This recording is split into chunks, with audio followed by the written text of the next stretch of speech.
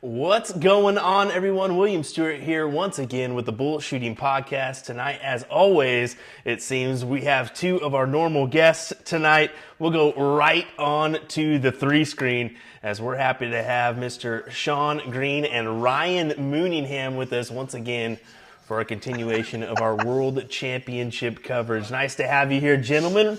Sean, how's it going, buddy?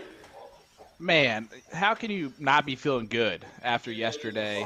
After the people in the background of Ryan, it's great, man. There's a lot of excitement going on. I'm happy to be here. Thanks for having me, bud. Well, people in the background, that would be the one and only Danny Jansen, who will be joining us momentarily. So you folks at home, make sure to share this around. Let everybody know that PDC Tour player Danny Jansen will be joining us in just a moment's time to discuss his experiences on the big stage. Ryan, how's your night going, buddy? Good to have you here. Thanks for having me back. As always, I'm having withdrawals.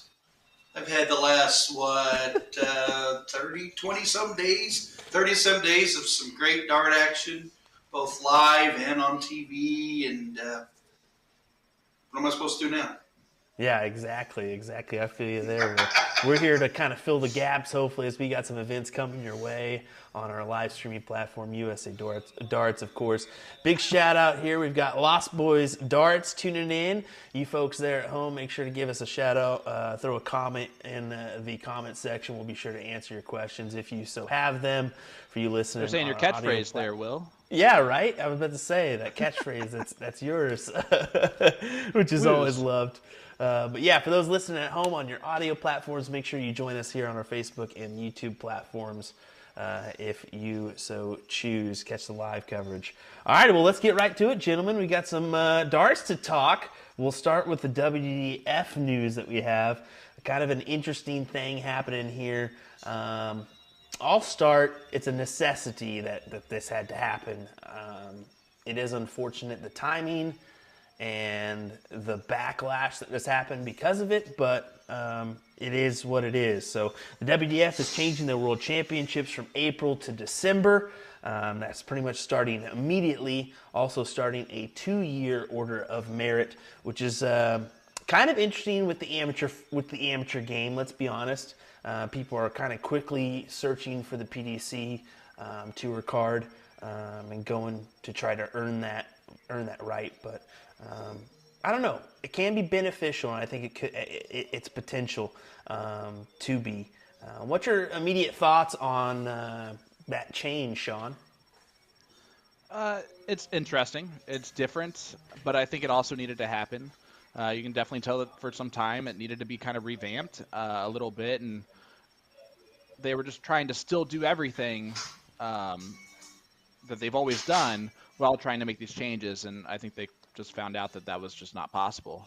And yeah, it's going to be weird. It's going to be different. We'll see how that affects the PDC future card holders that we're going to see soon, and all of that. But, you never know.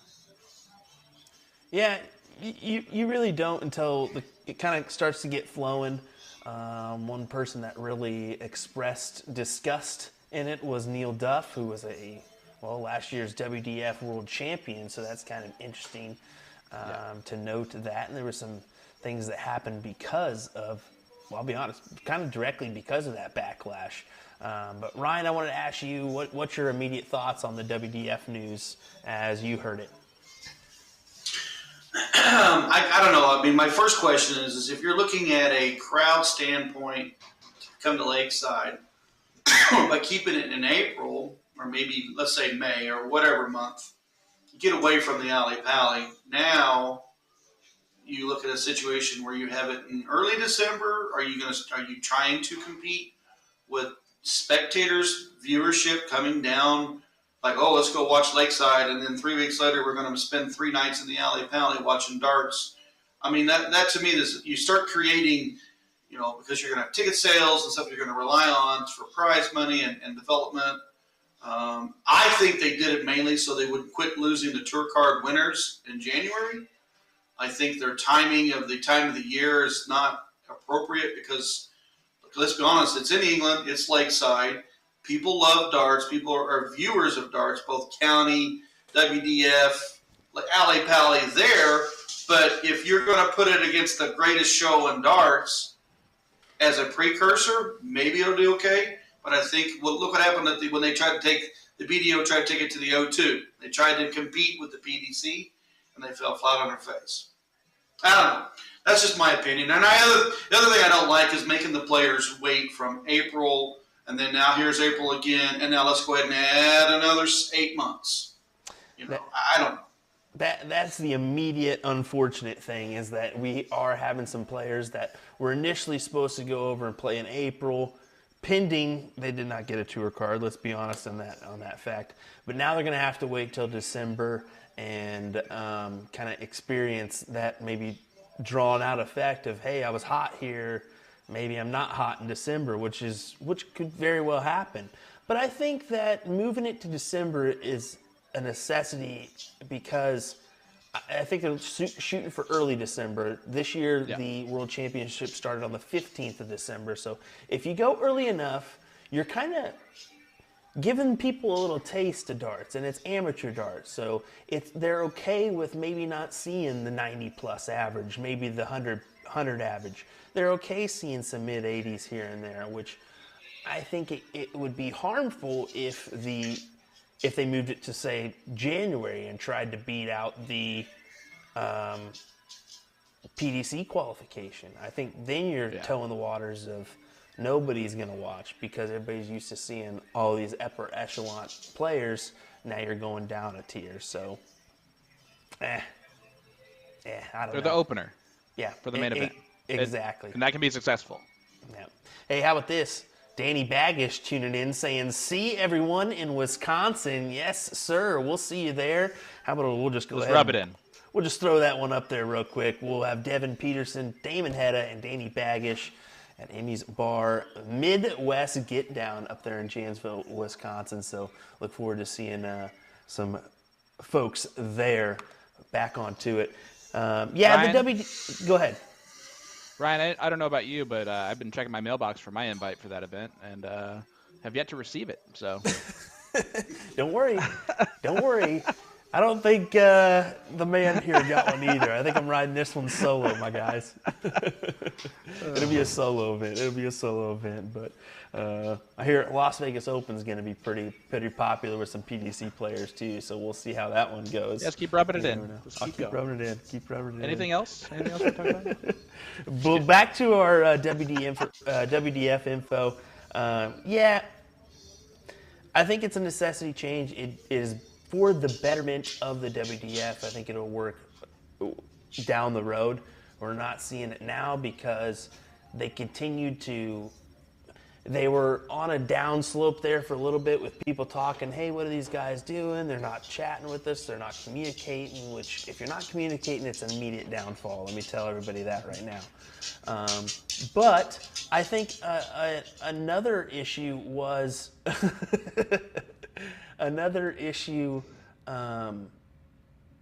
was they had the upslope of the Masters. The Masters really went well for them. But then to immediately turn it around and have a bad thing happen like that, it's not good. It's not a good thing, and we're seeing exactly what's partaking. Richard Ashdown resigning as the WDF head. In steps Nick Rolls, who's already kind of been in the mix for quite some time, but now he'll kind of get the full reign of things. So wanted to mention that. Any thoughts on that, guys? I'm going to say, go ahead, Sean. No, I was going to say I just wish Richard the best. I know that he's doing now some Sky Sports coverage for the darts and spotting, which I know he loves as much, if not more than anything else. So I hope he continues to do that. He made a post about his mental health. I hope that he is getting the help that he needs for that as well. I know that can be a difficult thing in the profession that he is in. Specifically, it's tough, and he's received a lot of backlash himself, even though I'm sure he has done everything in his absolute power over this time as the chairperson to make the WDF fantastic. And it stinks that it the bad news here is kind of stacked on with him stepping down. But he said it himself. Nick is going to do a great job, and I fully expect that to happen. The top dog always gets the heaviest weight thrown his way, and it is unfortunate, but I don't know. Maybe this allows Richard to do more of the spotting thing. I know he enjoys that. Maybe this allows him to kind of do more with the PDC, do more with the European Tour, because I know that's something he does. So we'll see what he does down the road. Ryan, I know you had something. Go ahead, sir.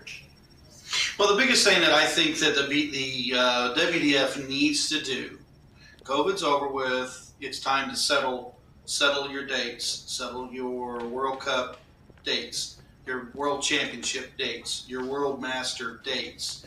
Then you got your platinum, you got your gold, and your silvers, and your bronze events going around. But the players want a settlement. They know when it's going to happen. They know how to qualify for it. And then when it happens, they travel to the event, they compete. And then they get ready for it the following year. The problem I've been seeing with the WDF is, and I understand at first it was the BDO situation and then you had COVID, but, bouncing dates and stuff like that around, I mean, that played a lot on Richard. That's probably why one of the biggest backlashes he had was like, well, you can never make up your mind, or I've heard terms, it's just a money grab. We need 8 more months to make prize monies, whatever. I think once you have an established calendar and you stick to that calendar and a successful calendar, you can move forward. I would agree with you there. It is a shame, but somebody's unfortunately out the door. Somebody steps in. Could be a good thing for everybody. Honestly, we'll have to find out. A couple mentionables: Lisa Ashdown, Sebastian Białecki, Bo Greaves, Robert Owen, Ben Robb, and Raymond Smith. If they so choose, they can compete at the 2023 WDF Lakeside, even though they competed at the PDC World Championship. So that's been extended to them. But they also mentioned, in compliance with WDF rules following PDCQ school in January of 2023, the 128 players declared as tour card holders will be ineligible to play WDF ranked events throughout 2023. So if any of those players get a tour card holder or a tour card, they're out. Also to be mentioned, Danny Laube and Jim Widmeyer, because they have qualified as well. So if Danny gets a tour card, he's out. Are they doing some nervous drumming back there? Jim gets a tour card, he's out. Hey, I had the dogs a couple weeks ago. I don't blame Ryan. All righty, well, let's get right into it. Well, before we go, there's the Lakeside stage for you folks. Nice stage indeed. Kind of some history behind that one. But hey, we're happy to have join us a guest who's going to be joining us right now. I mean, he's got a luscious flow of hair. I'll say that right now. He's almost got the Minnesotan hockey hair look going on. Could be in the Minnesota Flow State Championships if he wanted to. How about this, folks? We got PDC Tour player Danny Jansen joining us. Danny, how's it going, buddy? I'm really good, thank you. What about yourself? Hey, cannot complain. This is the first time you've met Mr. Sean. I guess it's this way. Sean, introduce yourself. Say hello. I'm Sean Green, big fan. Can I have your autograph? No, I'm kidding, buddy. Hey, man, it's so nice to meet you, dude. Congratulations on a very successful first year on the PDC, bud. To get a title in your first year is insanity. So congratulations on that, bud. Thank you so much. Nice to meet you too. All righty. Well, we're here. We're just going to... Ryan stepped aside because I'm sure he's got an influx of questions already thrown at you, but we're going to ask a couple just so you folks at home can kind of get a little touch behind the scenes of stepping onto that stage at the Alley Pally. I know Sean's got a few questions. I'll go ahead and ask you one right off the bat. Talk about kind of knowing that you're going to be at the Alley Pally. You wake up. Talk about your preparations for the day of and actually kind of stepping into that arena. What was that like? Yeah, so we wake up a little bit earlier and stuff because I had second match, and I think it will be there 3 hours from the front. That is more than enough.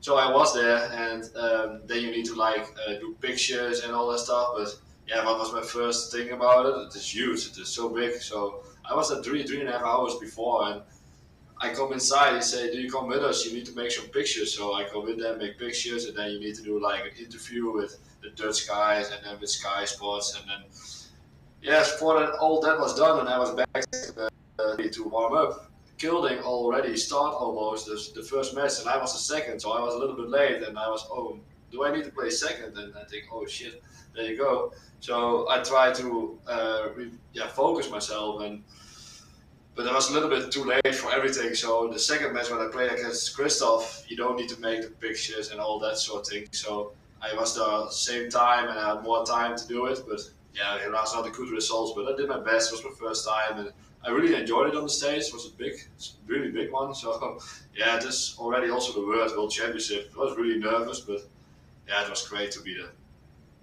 Yeah, I'm sure. Well, there was a lot of talk. I mean, people, of course, mentioned your play, but I immediately knew. I was like, dude, it's the first time on that stage. Just hitting that, walking into that atmosphere must be kind of just like, oh man, I'm here. I kind of made it. This is what I've meant to do. So I could kind of feel you when you're throwing those darts. I was like, oh man. Normally Go ahead. I'm never nervous, not that nervous. So I was for the wall call, and I was standing there waiting till Pablo Riva was done, and I was standing there. I think, oh my God, do I need to go now? And I didn't want anymore because I think, oh, I will do good. So I was throwing and warm up for the 9 darts, but you can for the match starting. And my head was going like this, like shaking and stuff. I think, oh no, not now, don't do it. But later it was better, and I feel more confident on the stage. But yeah, at the beginning I was really nervous. There you go. So even PDC Tour players experience a little nerves. Sean, go ahead. I know you got a couple questions. At what point do the nerves kind of go away and it becomes a tunnel vision of the darts that you're there to typically play? Does it ever become that? Is it always the crowd you can hear and the atmosphere is always that big, or is there a time where it kind of settles down for you? Yeah, so the first set I had the whole set nervous, so I didn't go away. And the second set I was actually really good. I feel better after the break. But then I had to win the set again, then the nervous was going back, because then you can go for the break and you want to go the 2-0 lead, so the nervous was a little bit back. But then the Rita guy, he throws really well and goes back to 2-2, and from that moment I say to myself, you need to stop thinking about everything and thinking you're on the wheels. You need to think that you're in a local pub and just throw your darts. You need to win this. And from that moment I was not nervous anymore. It was not a great game, but it was a little bit better. And yeah, finally I was just happy that I win. And I think that was helping a lot, that the nerves was better, because I was a little bit angry of myself that I lose so much, because it didn't let me need to come back to 2-2. I missed 4 match darts or something. So I was angry on myself, and yeah, that helps me to get the nerves away. There you go. I like that answer. What do you say, Sean? Yeah, I have one more. Have you ever in your life, even in like a practice room, wherever, seen anything close to the 9-dart miss, 9-dart hit from MVG and Michael Smith last night? No, never. You see a lot that a player hit 180 and a player hit 182, and that they maybe hit 2 times, but no, I never see this in my whole life before. I was watching a year on the couch with Hannah, and I say, oh, he missed. I say, yeah, but Smith had also have a chance, and yeah, he hit it. So yeah, that was great. It was amazing. There you go. Even PDC Tour players love it as well. Yeah, so honestly, you did pick up that win against Paulo. That feels good. And unfortunately, it missed out to Christoph. I believe your record is 2-1 or 1-2 against him. So not too bad. You're going to take some wins, take some L's. But overall, you're sitting right now. I looked up. You said 60. You're 73rd in the world right now, but you picked up a nice 15,000 pounds in the process of the World Championships. So, what's your thoughts going into next year? Yeah, so I'm now 73, but when the last players are going out, I end up 65. So I'm really close at it. I just need one more spot. Yeah, what my thing is to do this year is to make the Worlds again and to be like in somewhere like 50, 55, somewhere between there. Of course, I want more, but I think that will be. Yeah, you need to be realistic to yourself from what is possible, what can you do, and I want to go for that. I want to try that. Of course, I want to be number one in the top 16, but I think I need to do it step for step. So I try first that, and then we will see further. There you go. Well, Sean, any last questions for the man? Just based on what you just said, I just have to ask: is there a added pressure on those players that are where you are in the rankings, because you're not able to play every single event that's a ranking event where the big giant money is, because those are set up for maybe the top 16, top 32, depending on what it is. Do you put added pressure on yourself when you make the UK Open and the World Championship and know that is big money guaranteed that you can possibly make? Yes and no. You can do like just a match play and stuff. You can make it, but you need to this live PDC Pro Tour method. So you need to from the beginning. You need to be there. And that of course is a lot of pressure. And so like the UK Open and stuff. Yeah, you want to be doing good there because that's one of the only tournaments you can play on the stage maybe and see with the crowd if you don't hit something else. So yeah, of course you want to do great, but yeah, this year I will do the same thing as last year. I just see what I can do and I do my best. And if I do good, I do good, and if I don't do good, then I want to try to do the best more the next time. But it is hard. It's the hardest level from everywhere. And it's not that easy that I was thinking before. But yeah, I mean, it is not impossible. This is like wire. It's like off you in 180, off the 60, and it can be everything on that moment. All right. I got one last question. Did you Good. expect? You do it. Did you expect to be a PDC Tour Card player when you went to Q school? No, if I'll be honest, not. I was going to Q school to do experiments for the challenge tour and stuff. I was thinking maybe I can make the pro tour, or I can get a tour card maybe one time. And my dad said, yeah, maybe in a few years. Why you don't just try and go for the challenge tour and make yourself stronger, and then you can see farther. And then you maybe can make lakeside and all that stuff, and you do step for step. So yeah, let's do that. And my first day was really bad, and then I come in a good mood, and I get my tour card, and then I say to my dad, yeah, but what now? I say, no, we're stuck on a tour card. So, so we just figured it out and just do it, and we will see how far it comes. And so far it's going not bad. I'm now 65 and in a little, and I make the Worlds, I make 3 Euro Tours, I make the Play Champion Finals, I win a Pro Tour. So, it's great. I'm living a dream right now. So, do my best, and that's everything I can do in this moment. Out of all of those things that you just listed, what was your favorite moment from the past year? Beat right. Oh, there you go. Beat I Peter think, right. I think, but he got his revenge. He beat me late at 6-1. I had nothing to say, but no, that moment that feels incredible. And just that whole day, I mean, I beat him, Christopher Tyski, Dobie, and then I win the title. And that was like a day you will never forget. That time. But I mean, it is crazy. It is so beautiful. And other thing what I need to say, when I got my tour card and I come back home, all the neighborhoods, family, friends was watching me when I was coming back, and they had like a big party for me, a surprise party, and it was like more than 150 people at my farm, and it was crazy. So I really enjoyed that moment too. Wow. That's awesome.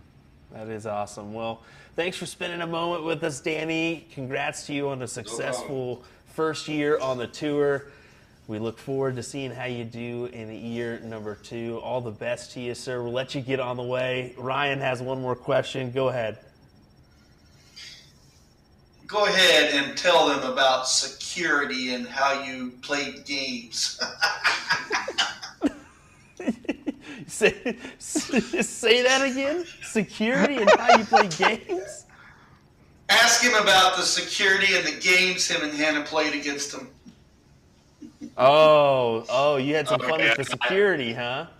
I will explain that. So the Worlds, you need to have like security. No matter where you go, there will always security around you. But you need to, because you cannot go in the crowd and stuff. So Anna and I was watching that, and I was always by myself. So I was going, go there, go outside smoking, go there. And it was like the guy. Man, can you not stay for a little on the same spot? So that was a funny thing. It was kind of funny. You could kind of see some of the security guards a little bit relaxed in New York City, because I think they understood that half of everybody walking around doesn't know who the heck these guys are. So they were living a little bit of a lavish lifestyle, not having to take care of them as much as they need to overseas. So, all righty, Danny. Well, thanks, buddy. Appreciate your time. We don't want to keep you anymore. Thank Go you, enjoy guys. yourself. Thank you. Thank you. Pleasure meeting you, man. Thank you. Hey, have fun and have a good night. Thank you. All righty, buddy. Appreciate it. All righty. Well, we're going to head on to our next topic, the Kazoo World Darts Championship. Looking forward to having this one. We just mentioned, of course, Danny Jansen's experiences, which sounds like a thrill. A nervous wreck is what I would be, and it sounds like he was as well. So a couple mentionables before we get going on any further. Lisa Van Dongen, Jules Van Dongen's wife, hashtag the mullet she's dropping in there. Phil Freed, hello. Amy Lynn Pierce saying Danny is in Missouri right now, helping us out with a comment or two. Appreciate that. Wes White also saying, what's up, guys? Thanks for joining us. All righty, well, best matches, guys. Let's get right into it. I highlighted 3 for me, other than the finals, for best matches. I think you guys would probably agree as well with some of these choices. Scott Williams, Ryan Joyce, 100 and 103 averages. Can't go wrong there.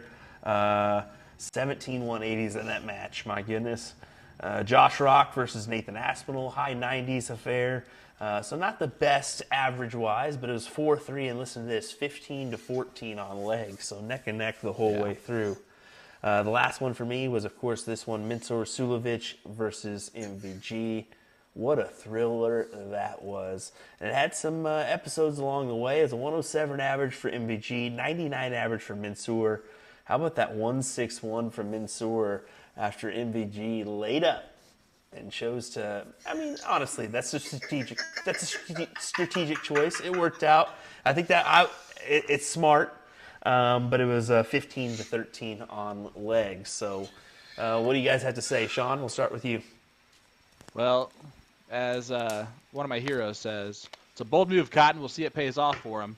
And the MVG layup there, here's what I like about it. After the match was over, he owned it, and he said, I got a bit unlucky there. And if I'm in that situation again tomorrow, I'm going to do the exact same thing.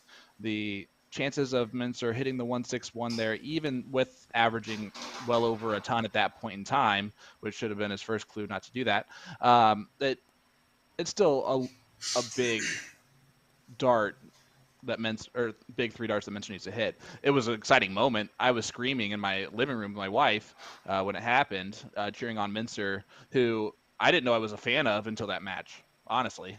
So that one tops it for me. And the Scott Williams, Ryan Joyce, I believe leg-wise, there had to be 18 or 19 legs total with 17 180s. That's ridiculous. It felt very much the same as the finals as far as the play, and it was a first-round match. It was insane. I mean, those 3 matches right there were just right off the bat highlights. Not to underscore any of the other matches, but those ones just kind of rang in pretty well with all of us. I would say it was really nice. Corey Turner saying Suter had a great tournament. Love seeing that. There's a lot of love from the U.S. folks here for Alan Suter, and I kind of like to see that. Alan's a deserving guy. Back-to-back top 16 finishes for Alan Suter in the World Championships. That's great. That's great. I think this is his second year with the card too, and I think he's currently sitting in 32nd in the world. So good for him. Yeah, we always will recognize those genuine people that are players, and Alan Suter is one of those players. Same thing with Michael Smith. It's hard. I don't know how you would root against that guy. It just seems like if you are, it's just to be a troll of some kind. Like it's impossible not to like the guy. Well, how about this? Corey saying he's Canadian as well. Ha ha ha. So a lot of Canadian North American love for Suter. How about that? I mean, it's hard not to love the guy. He's a firefighter, and I'll straight up tell you darts is his hobby. Firefighting is his trade. But some folks don't know he's also a Green Beret. I believe he was a 20-year Green Beret. He trains guide dogs with his wife. on the side. I think he's up to his 6th guide dog he just got. Crazy. And then he also does a lot of stuff for youth darts in Scotland, so wanted to mention that. Yep. Ryan, I want to give you a chance to chat. What was your thoughts on the best matches and your take on the World Championships, bud? The World Championships gave me a lot this year. If you didn't know who Josh Rock was, you do now. I do expect good things from him. Kudos to Ryan Joyce for shooting a 103.87 average in a loss. That shows you the luck and the opportunities that can happen, because there was folks putting on stages with 83s, 84s, 85s, and you go up there and blast a 103.89, I believe was his average, and you're out of the World Championships. So you got to look at the luck and the love and how the world views you, and you can look at how the crowd goes back and forth. I got a pair of ear defenders that I may have to put on because we're on the ways in here. I mean, come on, it's everything this year. I mean, you had people trying to, that got on the MVG, says he was encroaching on Dimitri, and then the interview he placed after that was, wow, that's a stupid question. That's a stupid question. That's what I kept asking. So, and then you go into the final, which we're saving the final. That was an amazing event all the way through. We got to see, Bo Graves is a good player. She played well. Willie played better. Our North American players, I felt like did what they could. I hated to see Baggish and Campbell play the first round. Would rather have seen both of those guys go on in the second round, but it is what it is. I think we're subtly making a statement here. I think our North Americans are kind of starting to prove a point that we're not that easy draw anymore. We got some quality shots here, and who knows? Who knows what will happen with Q School here? We could have, we have 3 card holders right now. We could have a lot more. We'll see how that goes. Sean, I knew you were wanting to mention something. Go ahead, bud. I was just going to say my all-time favorite match of the first round was Dave Cameron's, just because being down 0-2 in sets and 0-2 in that legs, suddenly the miracle of the Ali Pali Wasp saves the day, and Dave threw after that like we know Dave Cameron can throw, watching him on the CDC all year long, averaging well over 100, and it was a cool thing to see from someone who is genuinely one of the nicest human beings in the entire world and deserves that type of success. So for him to get that comeback win was awesome. And to have the storyline of the Wasp, following along, even after Russ Bray knocks it off his shoulder, that bad boy is still right back there. And it's great. I was worried after it. I was like, what are you doing, Russ? He's in the middle of winning this thing. I thought it was over until I saw him back on the back, and I was like, all right, good. It's over. We're good. Well, some good mentionables there from you gentlemen. How about our final 4 players? Clemens, Smith, Vandenberg, and MVG. Clemens from Germany, Smith from England, Vandenberg from Belgium, and MVG from Netherlands. I was kind of curious when the last time that had happened was, where we get 4 separate nations in the final 4. Actually recent, 2020, with Nathan Aspel from England, MVG from the Netherlands, Gerwin Price, Wales, and Peter Wright of Scotland, so not too far off. But for the final, it was Michael Smith taking on MVG. We had some good stats going into this tournament. A remarkable 104.04 average for MVG going into the final. He had a couple 107s, a 108 in the mix as well. My goodness, was he slanging and banging before he went into this final. 32 180s. 45% checkout rate, of course, a high checkout of 170 and 98 legs played for Michael Smith. 44 180s, 97.74 average, 41% checkout rate. We'll say 42. High checkout 170, and then legs played 127. So those numbers kind of skewed into MVG's favor, but wasn't the case in the final, huh, Sean? Man, Michael Smith did 2 things well in the final. He put pressure on MVG scoring-wise. You saw it early and often in the 180s. He had 22, which is insane for one match of darts. And his checkout percentage was huge. It was over 50% going into the last two sets, and he raised it. It was a 42, 43, and he knew he had to bring up that number, and he did, and that's why he won. He won because he was able to hit those darts under pressure and keep pressure on MVG. And it was awesome. It was fun to see.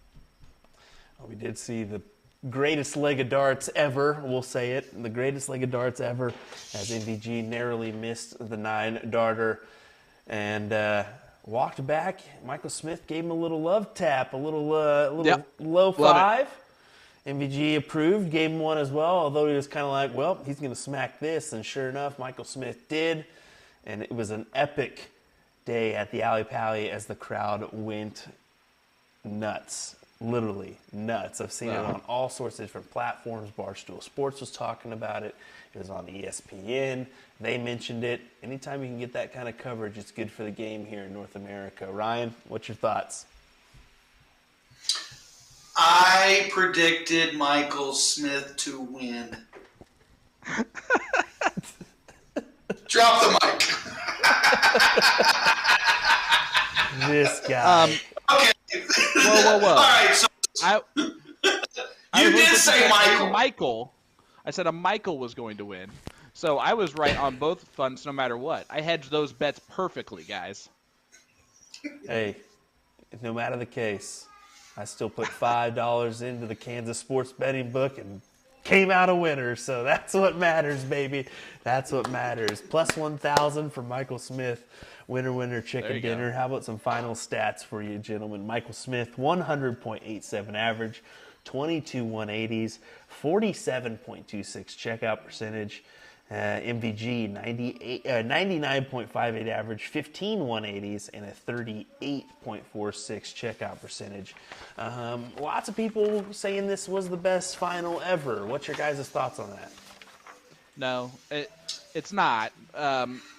It's one of the best finals ever. It had the greatest moment in dart history, the greatest leg of darts in dart history, and it's not even overstating that.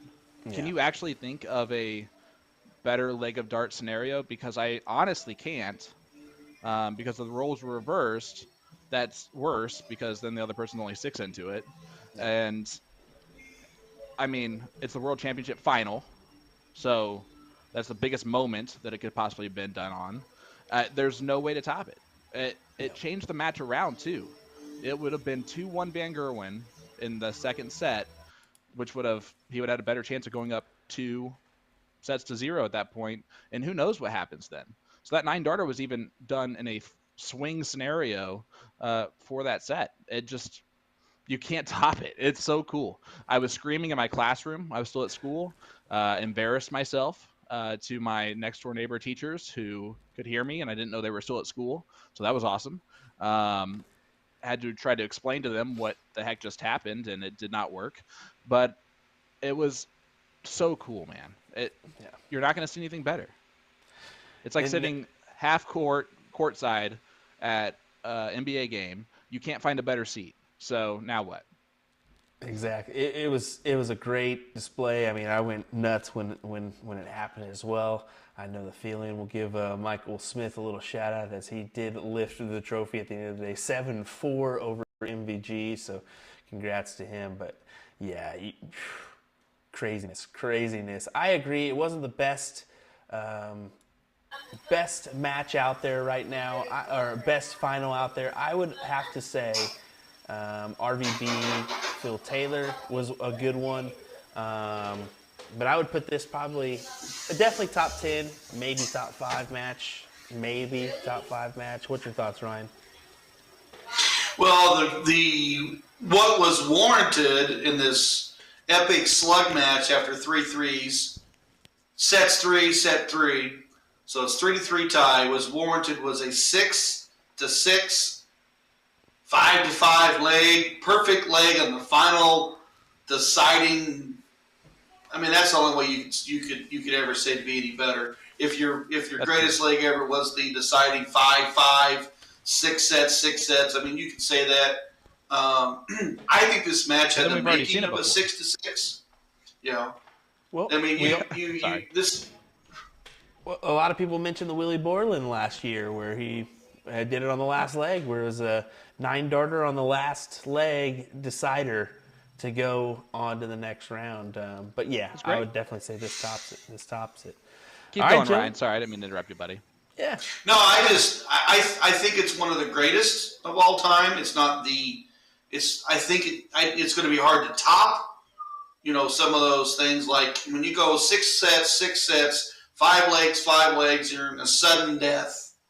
You know, now you're down to 9th inning, you know, bottom of the 9th, bases loaded, you hit the grand slam to win it. I mean, those are the epic moments in baseball. You throw the touchdown at the end of the game to win the game or whatever. Those are the epic moments in NFL.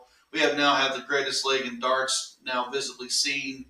You know, you can just keep going on and on how it could be better. I think the classic matchup of Michael Smith versus Michael Van Buren was exactly how we needed to end the World Championships this year. You had the Grand Slam champion coming in on a win streak after winning his first match on a television title. Then you had MVG, who was, there for a minute, demolishing whoever was stepping on stage. I mean, I'm a big fan of Dimitri Vandenberg, but what happened, Dimitri? I mean, you got whitewashed and you were throwing great. I mean, so then you have someone as the underdog of Michael Smith, who has a lot of love in North America. There's a lot of people that really, really follow him and have cheered him on in all his losses to finally get to see him lift the World Championships. I know there's some people that have posted some videos about it and how happy they are. And at the end of the day, I think the World Championship got what it wanted, was a new world champion, a new world one, number one. The Cinderella story of Michael Smith running down there and getting his kids and kissing them. You know, I mean, that's what I didn't cry. You cried. I bawled my eyes out because I said, boom. That was awesome. Yeah, it was. It definitely was a moment in darting history. Moving on to darts rankings, as we want to mention this. Jeff Smith barely hanging on to his tour card. Had to have a lot go his way. About 10 things go his way for him to keep that sucker. And sure enough, he's in there. Another year on the tour for Jeff Smith. Good to see there. Matt, he's currently in 64th position, so literally the last spot. Matt Campbell is in 75th on the dart rankings right now. Of course, that was his first year on the tour last year, making it to a semifinal run in a Players' Championship, which is nice. Jules Van Dongen currently in 142nd, so he's got some work to do, of course, but hey, draws unfortunately don't go your way. That's how it happens. And one more mentionable, Leonard Gates, currently sitting in 106 on the rankings. He doesn't have a tour card, but there's a reason why he's on the rankings. He's got $15,000 in World Championship prize money, as well as $5,000 from the Grand Slam. So he's earned a right there. He's earned a right, and I think he's headed off to Q school, so that could play a factor if he does get his card. Well, we'll head on over to this one, folks, because I've got it ready. This is courtesy of dartrankings.com. So head on over there if you want to check out any of these rankings for yourself. This is the new rankings right now, live. Michael Smith, #1 in the world after his World Championship win. And he'll go ahead and tell him. Ryan's got a new mic, so bear with him. him. Peter Wright, #2. MVG, #3. Gurren Price sliding down to that #4 spot. Of course, Luke Humphreys in 5th. Good year for him. Rob Cross, Johnny Clayton, and so on and so forth. James Wade falling to the 10th spot. And a mentionable here, Damon Hedda entering the top 16. Good for him. And Ross Smith. I want to mention that one because he did win a major this year, that European Tour Championship that's brought him all the way up to 17th in the world. Dave Chisel, unfortunately, in 18th. Good year for Gabriel Clemens with that semifinal berth there for him. And how about this, folks? -11, Gary Anderson in the 22nd spot. Reason for that is Gary has constantly been a world championship finisher. He usually does well in those world championships to get him some money on the ranking list. This year, not so much. So that's why he's had a significant drop. Some other mentionables. Raymond van Barneveld, 29th. Good to see him back in the top 32 after losing his PDC Tour card, I believe it was 2 years ago, last year, something like that. Alan Suter, of course, we mentioned that earlier, 32nd in the world. Josh Rock, 36th in the world. That is amazing for 1 year on the tour. My word. How about that below him? The Wizard, Simon Whitlock. Unfortunate for him that he is down in that neck of the woods. A person that's going to have a good year on the tour, Devin Peterson and Steve Beaton. 2 players right there. They're going to have a good year on the tour this year if they hope to retain their tour card.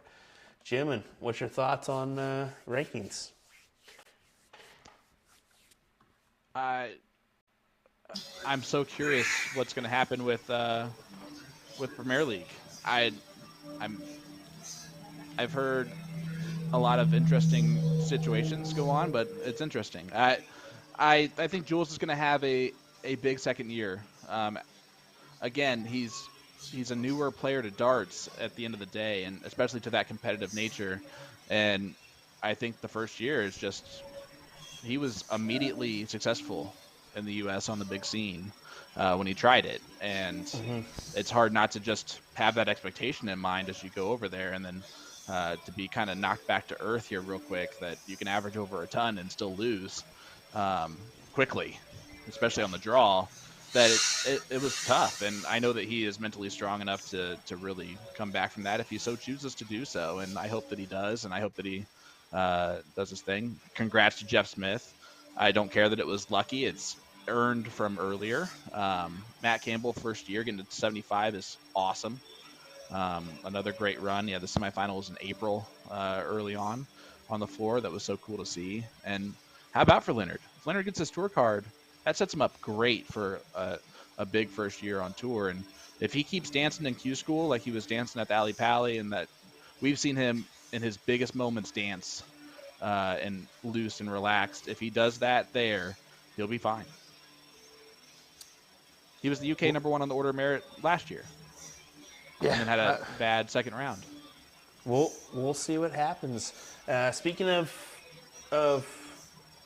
well, actually, I want to give Ryan a mention here. What was your thoughts on the ranking system, Ryan? Let's give you that floor real quick. Well, some of the biggest things that, like Gary Anderson, always had good runs at World Championships. If he comes out of the gate slow, and if he doesn't qualify for the World Championships, he'll probably be in it. And if he doesn't have a decent run again, we see retirement finally, or he will hang it up. We'll do something different.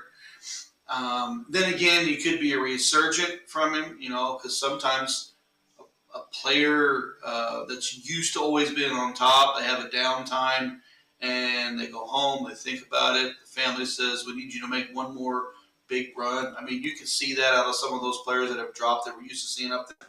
Where Daryl Gurney at 3 years ago? Top 8. Now where's he at? I mean, that's what you're going to see. Is you're going to see the Josh Rocks come in strong. I want to see Matt Campbell continue to rise. I want to see Jeff Smith finally get the luck that he deserves, because I don't know how many times we watch matches where he's throwing stellar and he's got a bounce out, or someone grabs a big 1-5-7 out from underneath him and beats him 6-5.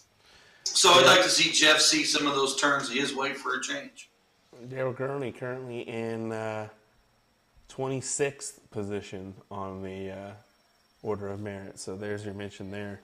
What about Premier League spots, gentlemen? Let's go ahead and start there. Sean, give me your 8. Okay, obviously Smith, Wright, MBG, Price, Humphreys, I think is a given.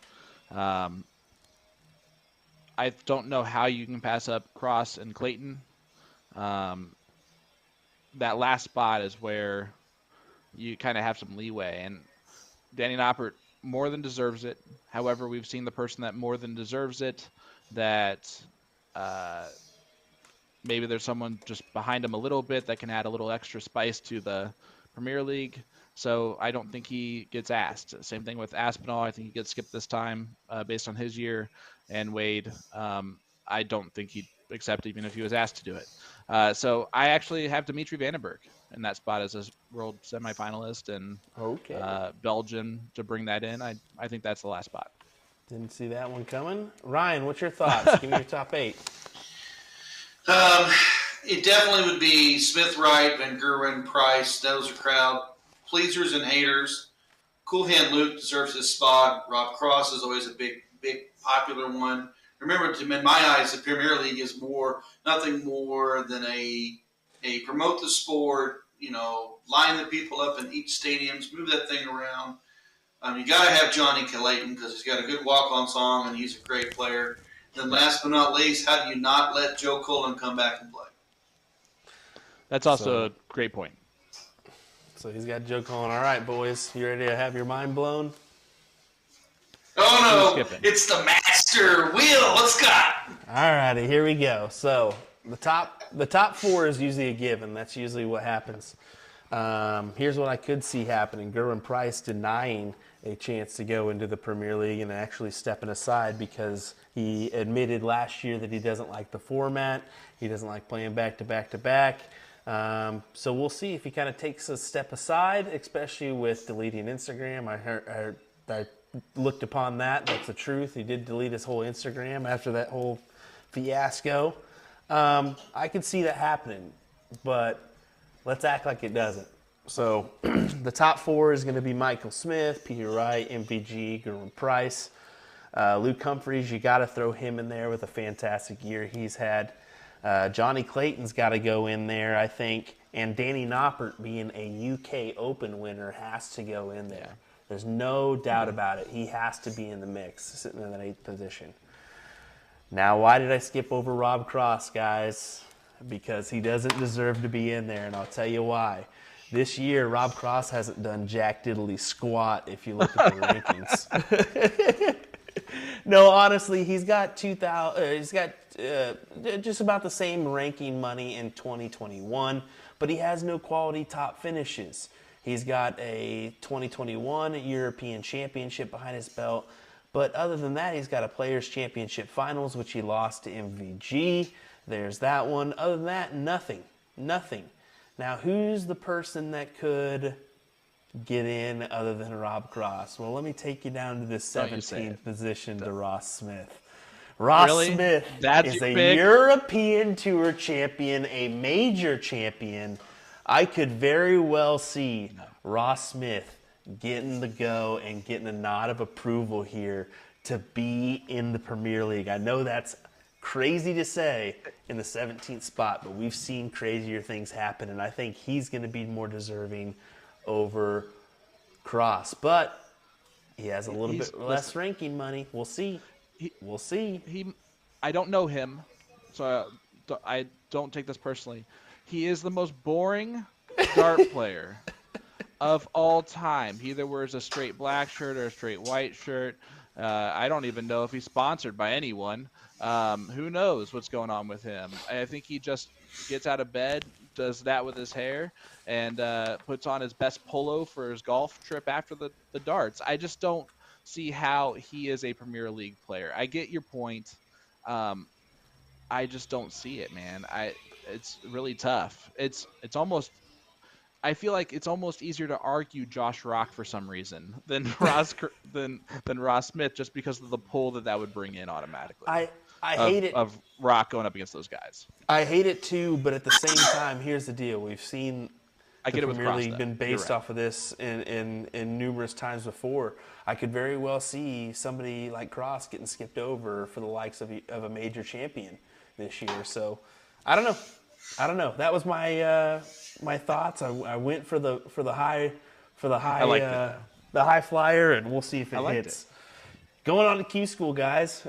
Here's what I've got written down. There's going to be a little bit more, I'm sure, but we won't get a full list until the cutoff date. So we've got Leonard Gates, Danny Lauby, Larry Butler, Alex Spellman, Seth Stefano, Jake Taylor, and Justin Fawcett that I know heading over to Q School, whether that be Germany and or England. I think most are electing to go to Germany. I think that's the smarter move. That's going to be January 9th through the 13th in Kalkar, Germany, or Milton Keynes, England. Entries close January 6th. There's a 3-day first stage, 4-day second stage. 8 quarterfinalists from each day qualifying automatically for the final stage. So people that are in that second stage already are players who lost their tour card at the end of 2020. They're already entered into that final stage, along with players in the top 16 from the 2022 Challenge Tour, as well as Developmental Tour Order of Merit. So wanted to mention that as a lot of these guys are coming in on that first stage. They're going to have to do a lot. Yep. It's going to take a lot in order to get their tour card. So we'll see what happens. Also, before we get on to further, the top 8 players from the final 2022 Women's World Series Order of Merit, as well as the Baltic and Nordic Tour, will be invited to compete in the first stage of qualifying school at no cost. Love that. So that is great. That is great. I love that for the women's game. I just want to say, I think I'm going to guess Danny goes to the UK Q School. He's been on record. I've talked to him about it, he always goes to the UK. He thinks that that's the deserving route to go versus Germany. I don't have a say in that matter, but I think that's going to be the case. And I just wish all of them luck. I've seen all of them play up close this entire year. And Jake Taylor has the game. Seth Stefano, when he plays cocky, he has the game. Alex Spellman absolutely has the game as the Continental Cup champion. Larry Butler has made a huge resurgence in the past year. He's now maybe playing better than ever. So, and he's a name already when he goes over there, or he's going to have some intimidation factor, and I hope he takes advantage of it.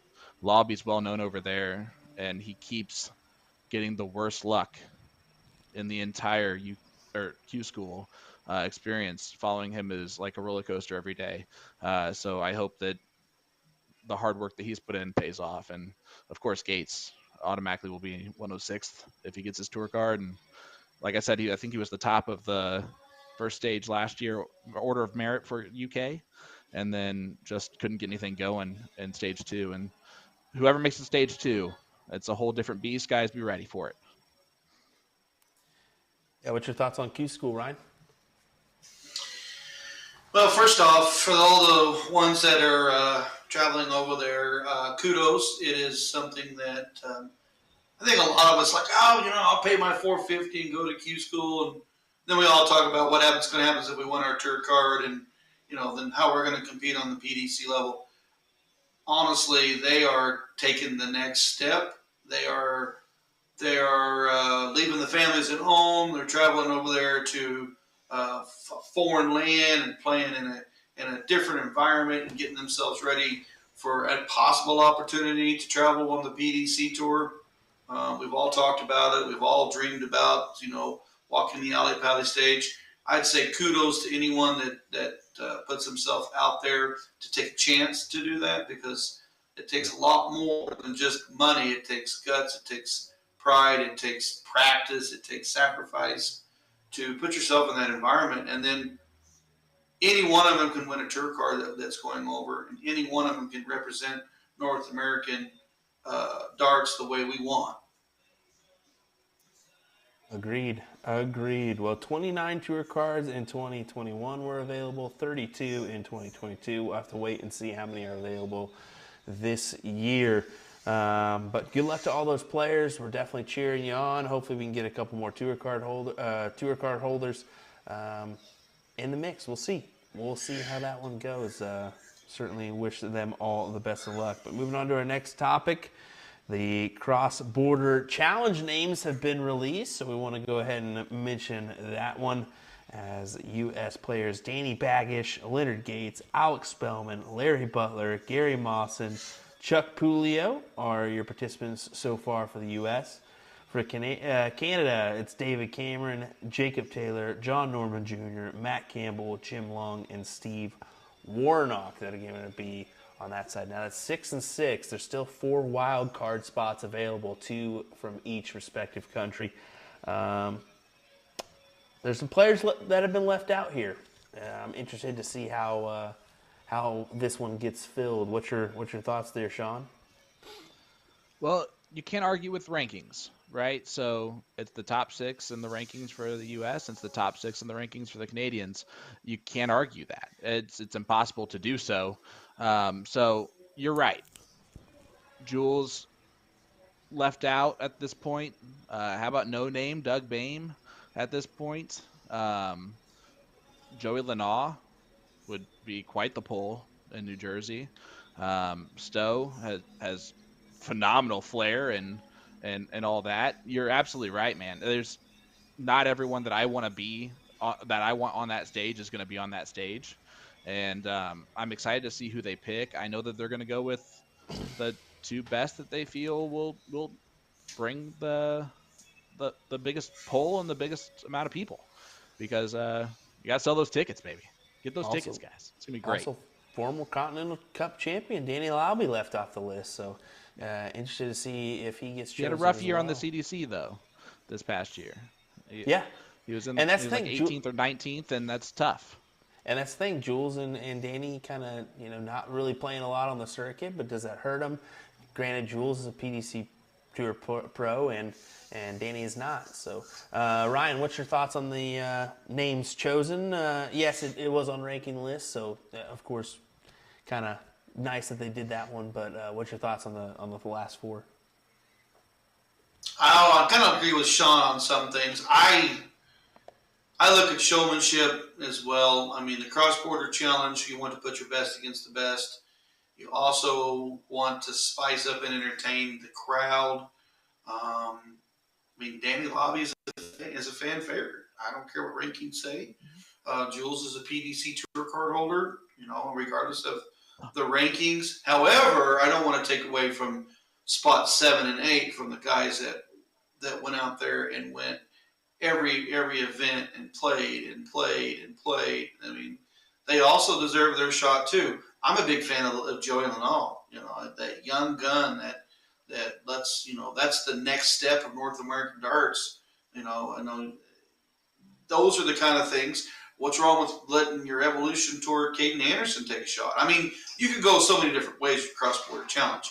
It is an entertainment piece as well as great darts for us to view.